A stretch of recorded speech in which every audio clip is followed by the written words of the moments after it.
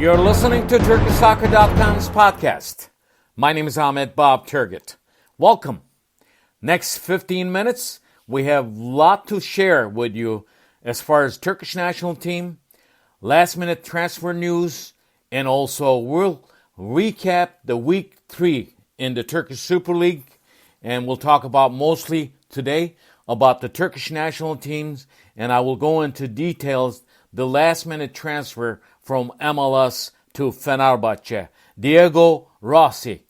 Everyone is talking about in American media and Turkish media, and especially Turkish media outlets don't know much about Diego Rossi. I will try to update them what this guy looks like and what will he'll be doing in Fenerbahce's team.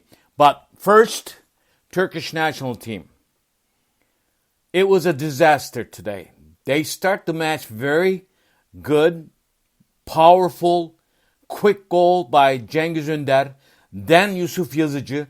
You're up 2-0, and then last minutes of the first half, they score on you, and the halftime ended 2-1. That's fine and dandy, long as you keep that winning 3-point in your hands. But that's not the case. That did not happen.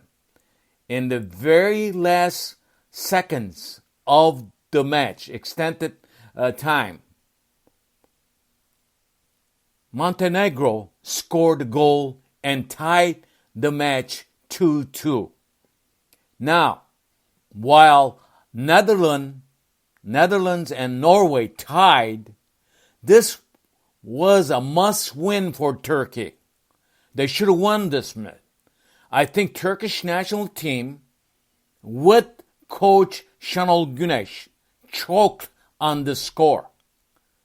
You cannot win this group without not winning your home games. This is what happened. Now they have 2 tough matches coming up. They're in away matches.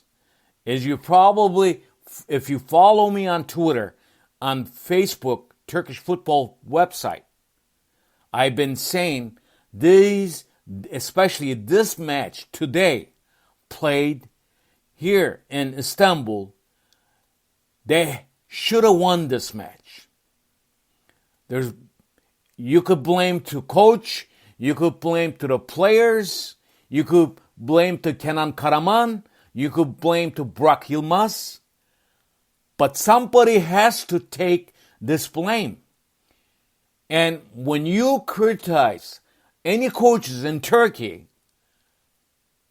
on their microphone, when they go in front of the press, they get offended. They get offensive. That's not the way you be answering if something was wrong with that Turkish national team. I don't care if it's Şenol Güneş. I don't care about if it is Fatih Terim or any other coaches. If you did something wrong, you have to come up to the mic, tell them what happened in that match. Well, after tying against Montenegro 2-2, Turkish national team still on top of that group with 8 points. But here's the point. There are 3 teams 1 point away from Turkey. They are Netherlands, Montenegro, Norway. They're all with 7 points. Guess what? The only team doesn't have a point in this group is Gibraltar. We're playing against Gibraltar in an away match this coming Saturday. Let's say we win that match. We should win this match. After that, very important, another away match, Turkish national team and Şenol Güneş will be traveling to Netherlands to face Netherlands national team. They are desperate for points too because they lost points today against Norway. So it is, I cannot describe it with any words. It is not very good when you lose your home game, especially against Montenegro. This is why Turkish national team in the FIFA rankings going down, down, down. We have the best talent. We have the young talent. But we just can't have confidence to have a good football team on the pitch whole 90 minutes. We're good for 45, 60 minutes. After 60 minutes, Turkish team is not on the pitch, Mr. Senol Gunes. You have to keep them up to 90 or more minutes into the match.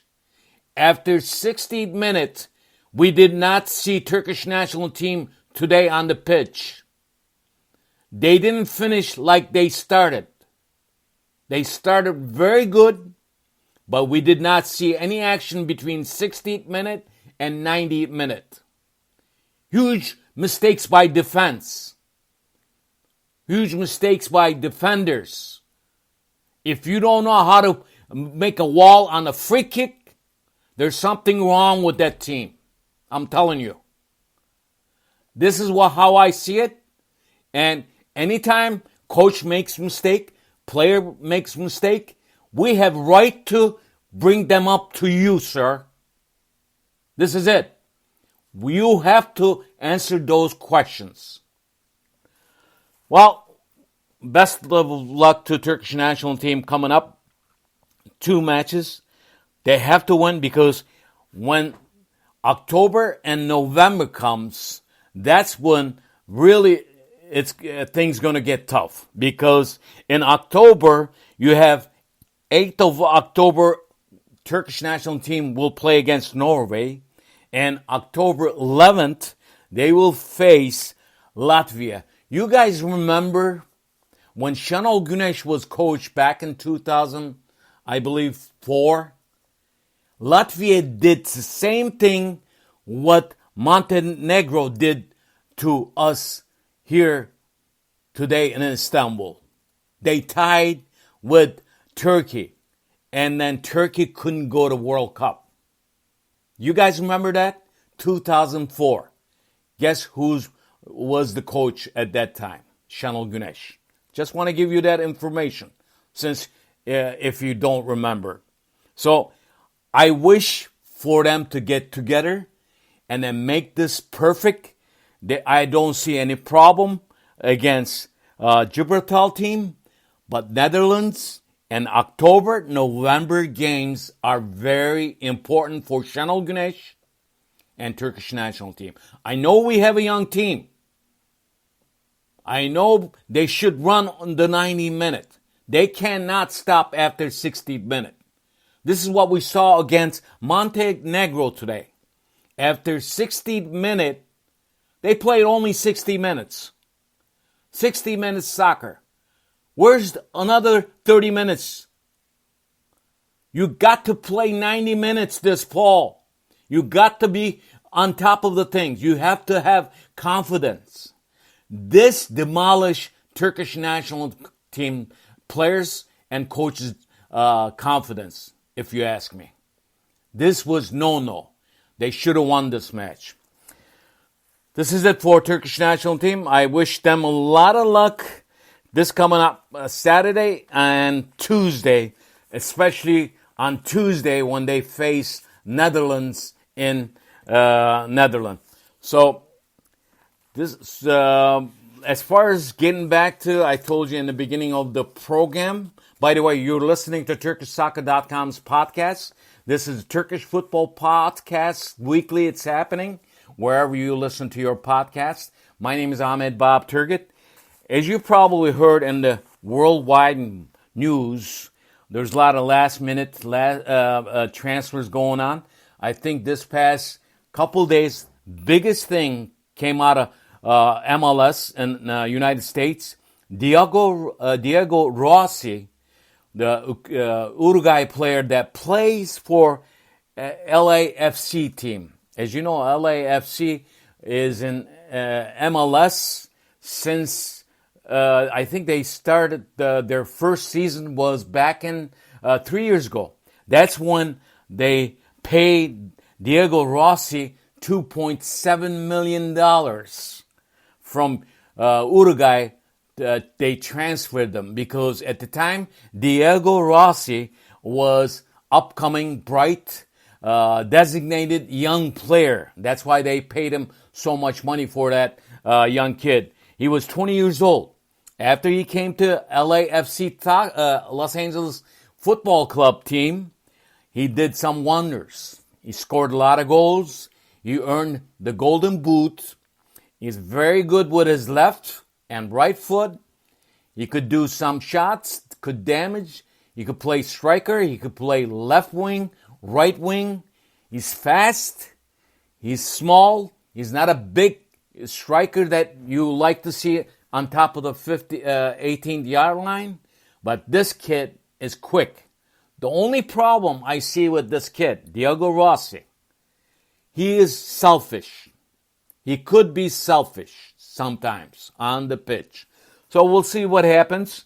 And Fenerbahce got this Diego Rossi on a loan deal.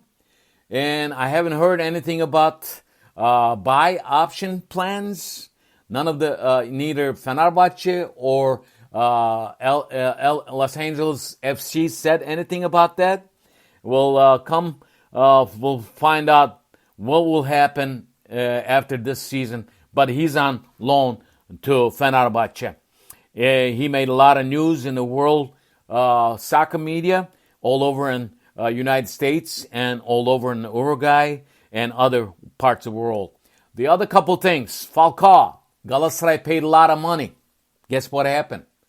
When this guy came to Turkey, Falcao, there was tons of people at the airport to receive this guy. This guy came to Turkey for vacation and got a lot of money from Galatasaray. So Beşiktaş have a couple players that addition to their team. Their former player Francisco Montero is coming back. They also got Turkish National Team player Umut Meraş. And let me get I know the time is running out. You know, the reason why I make this program only 15 minutes, I don't want to bore you guys. I want to give you quick hit 15 minutes news and recaps. Will be done. Now, week 3 matches played. Pretty much Galatasaray tied in the last minute. Beşiktaş won. Fenerbahce won. And guess what? Trabzonspor won.